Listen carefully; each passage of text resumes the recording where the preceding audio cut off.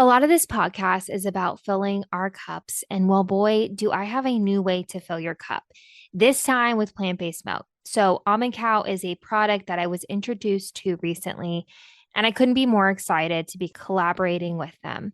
Almond Cow makes the experience of making plant based milk at home simple and fun. There's no straining involved, and it takes less than a minute. It's an awesome little machine that, for me, helps me make milk at home budget friendly, and healthy. And as I focus more on being my best, filling my own cup, Almond Cow is one of the first things I think of each day. So, want to try it for yourself? Almond Cow is offering a special code for you that gives you $25 off your purchase of $200 or more.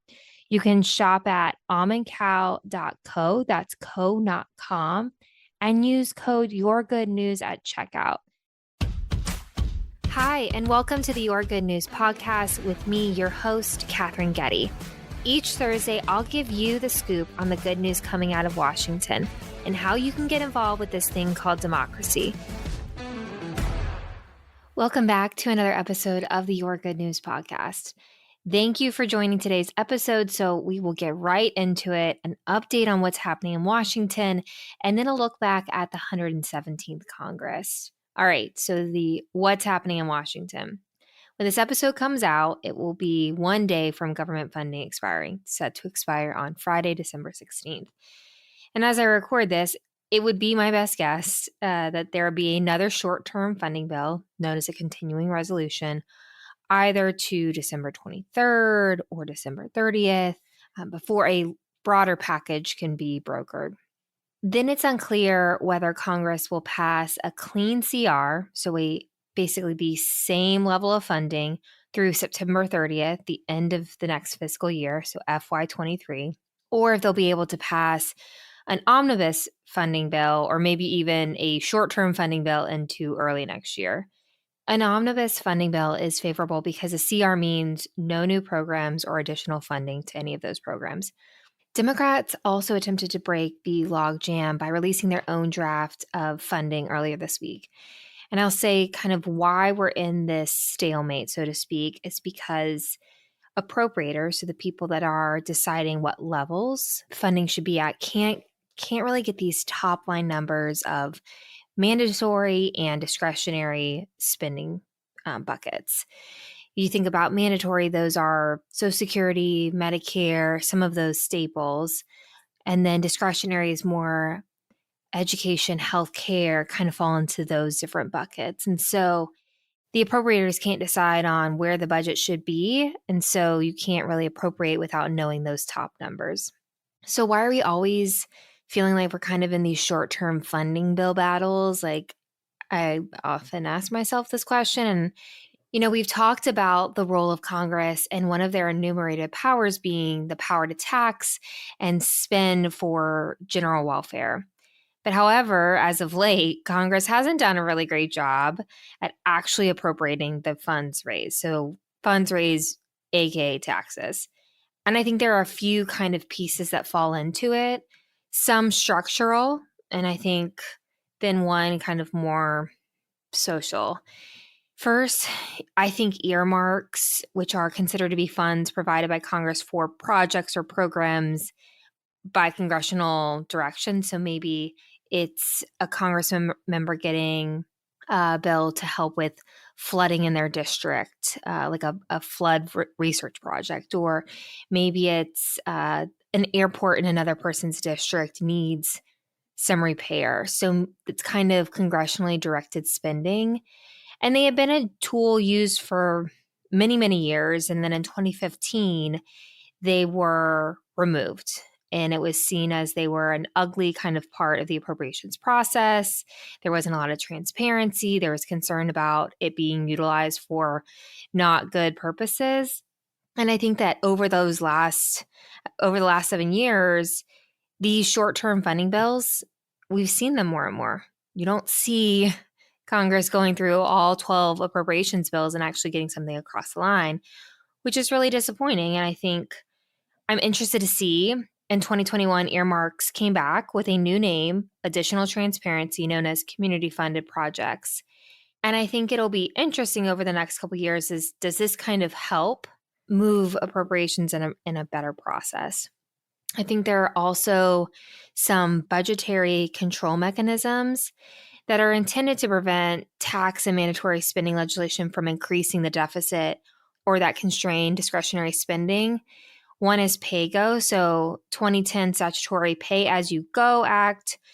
Any legislative changes to taxes or mandatory spending that increase projected deficits have to be offset or paid for by other changes. So I think that that's kind of changed the dynamic.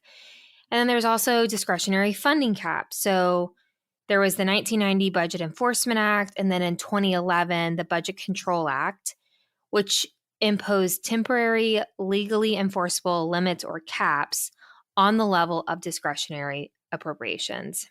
In each case, the limits have been amended from time to time.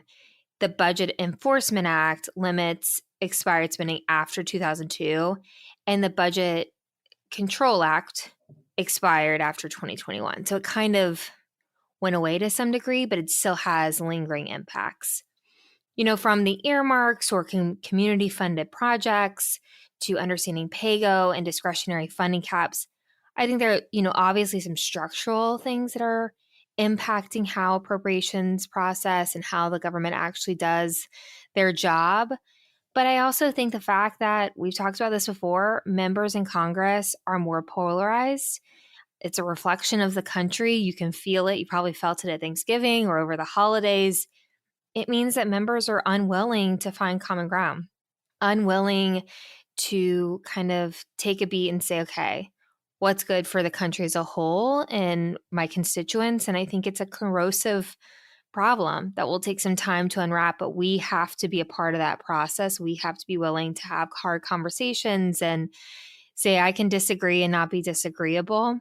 But I think all of that kind of plays into why this appropriations process is kind of always feeling like it's kicking the can down the road. It doesn't feel like Congress is really putting any forethought.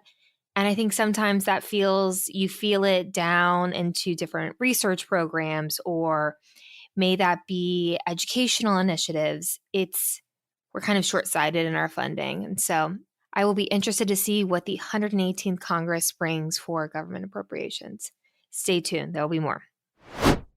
All right, so let's turn, now that we've talked about what's happening in Washington, let's turn to a look back of the 117th Congress. So let's remember where the stage was set.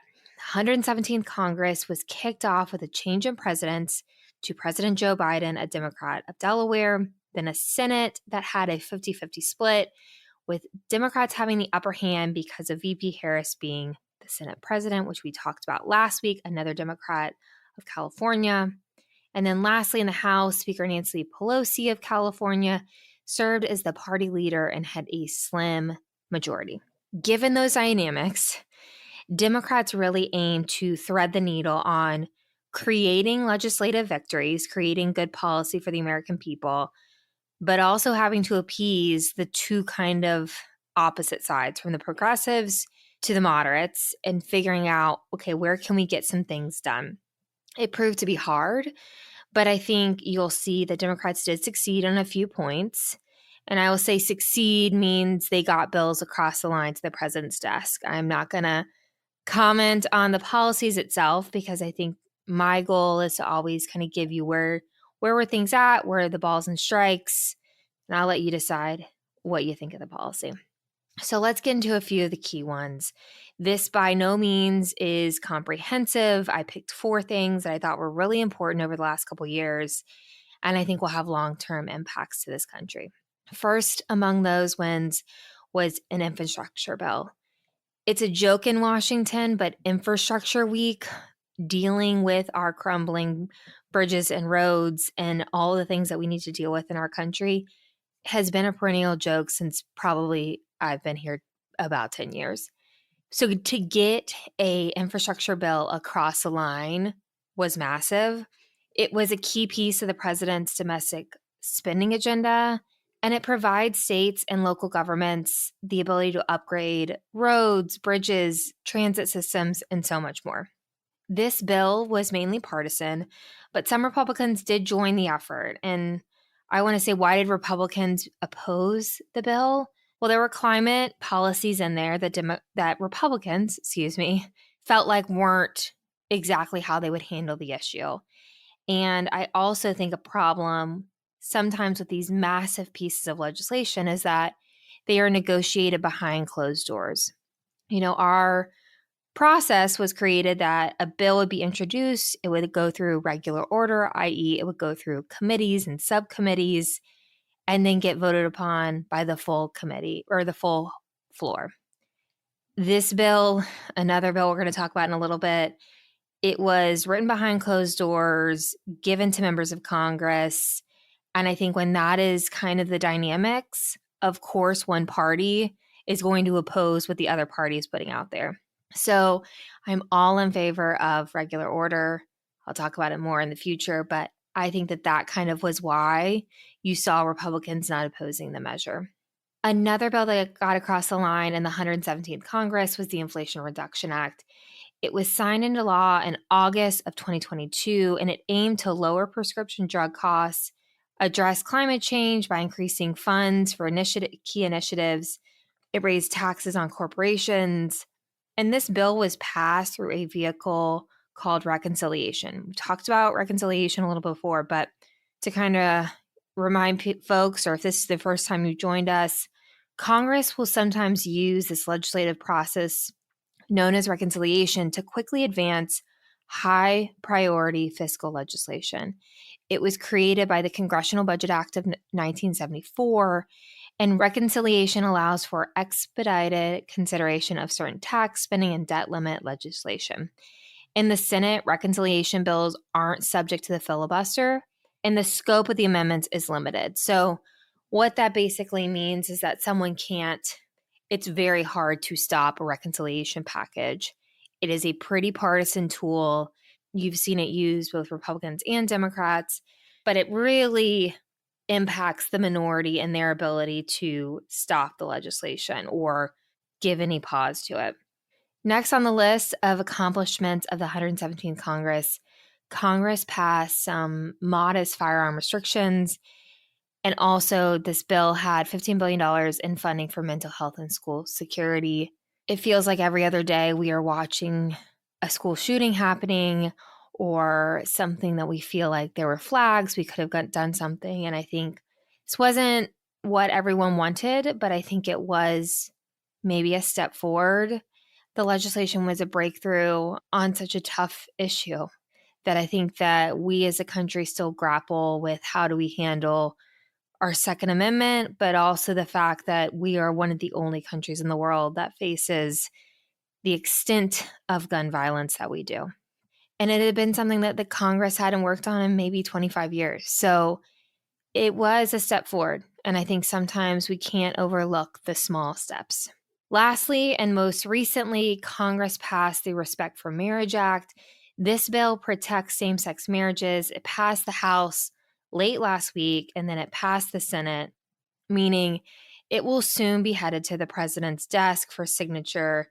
And this bill really was a result of the Supreme Court's decision to overturn Roe v. Wade. Like I said, this is not a comprehensive list of all the things that happened in the 117th Congress, but I do think it gives you a glimpse into what happened over the last couple of years. What were the things that Congress focused on? I thank you again for joining today's episode. We'll continue to kind of keep you posted on government funding, also start to give you a peek inside the 118th Congress, which will start in January of next year. Thank you for joining today's episode. If you haven't already, go ahead, hit subscribe where you stream podcasts. I'm also on Instagram at Katherine Getty. You can learn more about this episode or reach out. Let me know what you're thinking about on what you'd like to hear. As always, tune in next week for another episode of the Your Good News podcast.